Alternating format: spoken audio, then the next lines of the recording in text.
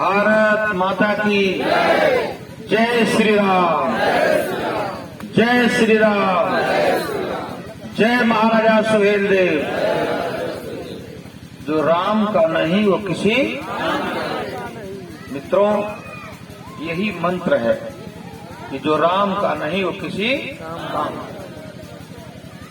आज देश में मंच पर विराजमान श्रीमान गुलाब कुशवाहा जी, श्रीमती सरोज मिश्रा जी और कार्यक्रम के अध्यक्ष महोदय, सुहेल देव पार्टी के बैठे नेतागण, तो मेरे सामने बैठे भारत माता के सपूत और माताओं एवं बहनों, आज देश में आम चुनाव चल रहा है, ये सब जानते हैं। और नरेंद्र मोदी जी आज देश के प्रधानमंत्री, उनको हटाने के लिए कि प्रधानमंत्री नरेंद्र मोदी जी न हो, एक गोल इकट्ठी हुई है जो कह रही है कि नरेंद्र मोदी जी मोदी हटाओ, मोदी हटाओ।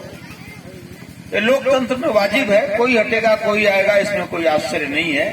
प्रधानी का चुनाव गांव में देखते हैं, जीतता है हारता है, तो देश में भी कोई आएगा कोई जाएगा, लेकिन मोदी हटेगा तो आएगा कौन, इस बात पर विचार करना पड़ेगा कि मोदी हटाओ वाले लोगों का चेहरा एक बार ध्यान से देखिए।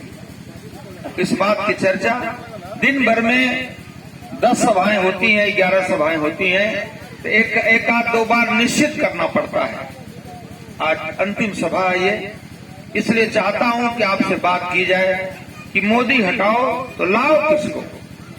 उसकी कुछ लोगों ने गोल बनाई है जिसका कुछ नाम दिया होगा ABCD, उसमें पढ़ने की आवश्यकता नहीं है, लेकिन उसके मुख्य पार्टी मुखिया जो है कांग्रेस है। कांग्रेस ने देश में 60 वर्ष तक शासन किया है, मोदी जी ने भी 10 वर्ष शासन किया, तो 60 वर्ष का शासन और 10 वर्ष के शासन में तुलना तो करना पड़ेगा ना, कि नहीं करेंगे? तुलना करना पड़ेगा। सबसे अधिक आज तक घोटाले हुए तो कांग्रेस के राज्य में हुए। मोदी जी के राज्य में तो किसी की हिम्मत नहीं है, मंत्री संतरी किसी की भी, कि घोटाला तो दूर है, थोड़ा सा दाएं बाएं कर देगा तो मंत्री कल नहीं रहने वाला है, एकदम आउट हो जाएगा। लेकिन कांग्रेस में जो घोटाला हुआ, ऐसा घोटाला हुआ कि घर में चोरी हो गई, अब मालिक को पता ही नहीं चला कि हमारा कौन सा काम सामान चुरा लिया गया। जैसे आपको गांव में लगे किसी के घर चोरी हो गई, भाई 10 करोड़ चला गया, ये तो अंदाज है ना कि 10 करोड़ चला गया। सारे गहने चले गए तो भी अंदाज है कि सब गहना चला गया। लेकिन कांग्रेस के शासन में ऐसी चोरी हुई, हुआ स्पेक्ट्रम घोटाला, 2G स्पेक्ट्रम घोटाला। ये स्पेक्ट्रम घोटाला क्या है, यहाँ बैठे लोगों को, कुछ लोगों को समझ में आ रहा होगा, कुछ लोगों को समझ में नहीं भी आया कहाँ घोटाला हो गया। ये घोटाला आसमान में हुआ, अरबों खरबों का घोटाला हुआ। ये जो मोबाइल लड़के आप सब बजा रहे हो, मोबाइल जिस चीज से मोबाइल चलती है, उस मोबाइल में जो रेड होती है, जो तरंगे होती हैं, जिससे वो चलता है आसमान में, उसकी नीलामी होती है। तो वो घोटाला हुआ कि आम आदमी को पता ही नहीं चला कि कौन सी चोरी हो गई, और चोरी अरबों की हो गई। तो आसमान में घोटाला हुआ, जमीन पर घोटाला हुआ, और जमीन के नीचे कोयला घोटाला हो गया। ऐसा नहीं घोटाले पकड़े गए, आज बड़े बड़े मिनिस्टर जेलों में गए और लंबे दिन तक जेलों में रहे हैं। वो कह रहे हैं कि मोदी हटाओ। अब उसमें एक और सज्जन है जुड़े हुए हैं जो सबसे अधिक कह रहे हैं मोदी हटाओ, दिल्ली के मुख्यमंत्री जी अरविंद केजरीवाल। वो कहते हैं कि हम पक्के ईमानदार हैं, अपने मुंह से कोई ईमानदार कभी नहीं कहता है, गरीब आदमी ने कहा कि हम पक्का ईमानदार हैं। आम आदमी समाज से कहता है कि हमारे गांव में ये आदमी ईमानदार है, अपने मुंह से तो कोई कभी नहीं बोलता इस बात को, लेकिन वो कहते थे कि हम पक्के ईमानदार हैं। अब पक्के ईमानदार ऐसे निकले कि वो पक्के चोर निकल गए। कर दिया उन्होंने शराब घोटाला, और शराब घोटाले में खुद जेल में आज जेल में गए और उनकी पूरी मंत्री परिषद के अधिकांश सदस्य जेलों में गए। उनके उप मुख्यमंत्री अभी भी जेल में हैं, शराब मंत्री वो भी जेल में है, एक सांसद जी थे वो भी जेल में है। लेकिन ऐसे में हमको सोचना पड़ेगा कि आज देश चलेगा कैसे चलेगा। इस बात की चर्चा इसलिए कर रहा हूं कि जब कोई आदमी कहे कि हम ईमानदार हैं और वो चोरी में पकड़ा जाए तो समाज का विश्वास टूट जाता है। अब विश्वास टूटना सबसे खराब बात है। आम आदमी सोचेगा कि अब किस पर विश्वास करेगा, जो सबसे ईमानदार था वो सबसे बड़ा चोर निकला, अब किस पर विश्वास करें। विश्वास का टूटना मित्रों सबसे खराब बात है। लेकिन तब आज स्पष्ट हो जाता है कि पूरे संसार के भीतर मोदी जैसा कोई नेता नहीं, और है भी। आज सारे संसार में दो राष्ट्र जब आपस में लड़ रहे हैं तो सबकी नजर मोदी जी पर जा रही है कि मोदी जी आइए, पंचायत करिए, ये झगड़े खत्म हो जाए। अब देश की ताकत को मोदी जी ने इतनी बढ़ाई है कि हमारे लोग जब विदेशों में काम कर रहे हैं, नौकरी करने के लिए गए हैं,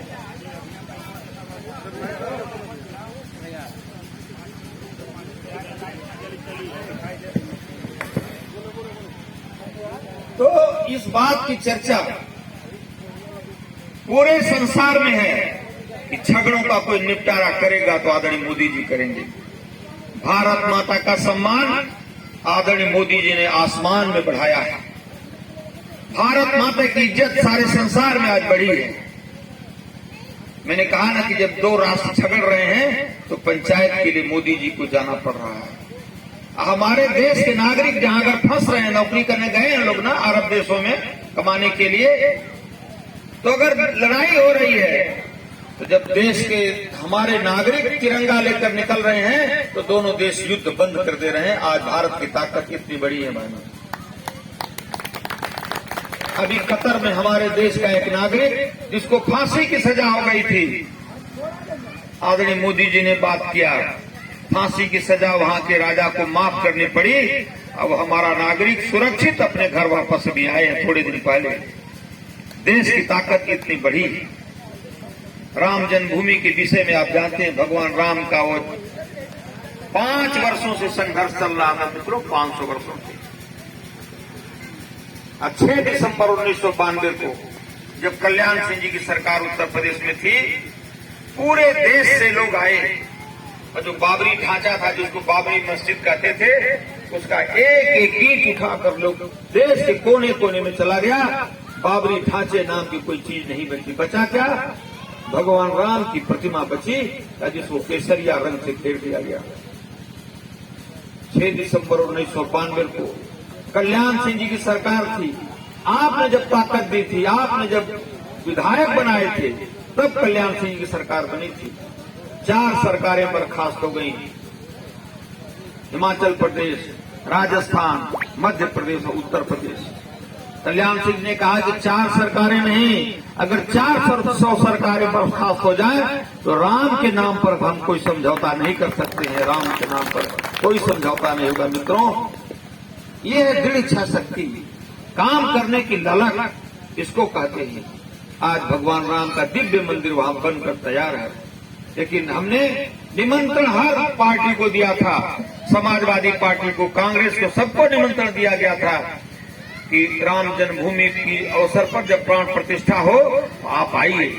लेकिन थोड़े से वोटों की लालच में वहां आने से लोगों ने इनकार कर दिया, कोई नहीं आया। सारे संसार से अनेक लोग आए, फिल्म जगत से अनेक हीरो गए, साधु संत गए, अमेरिका से, इंग्लैंड से, जहां जहां हिंदू रह रहा है सारे लोग आए, भगवान राम लला का दर्शन किया। आपने देखा होगा टीवी में वो दृश्य। लेकिन इन लोगों को ये भी सौभाग्य नहीं हुआ कि भगवान राम का दर्शन करें।